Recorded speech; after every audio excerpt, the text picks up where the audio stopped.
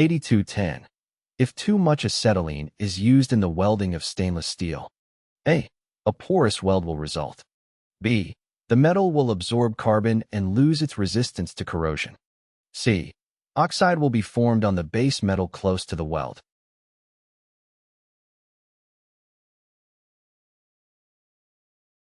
The correct answer is B.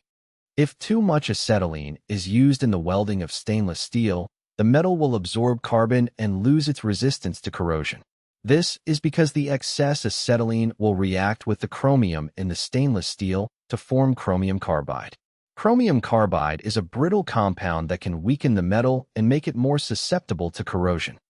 8211. The shielding gases generally used in the gas tungsten arc, GTA, welding of aluminum consist of A. A mixture of nitrogen and carbon dioxide. B. Nitrogen or hydrogen, or a mixture of nitrogen and hydrogen. C.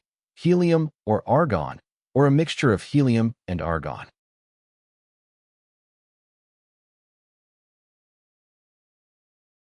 The correct answer is C. The shielding gases commonly used in gas tungsten arc, GTA, welding of aluminum are helium, argon, or a mixture of helium and argon. These inert gases are chosen for their ability to provide a stable arc and protect the weld zone from atmospheric contamination.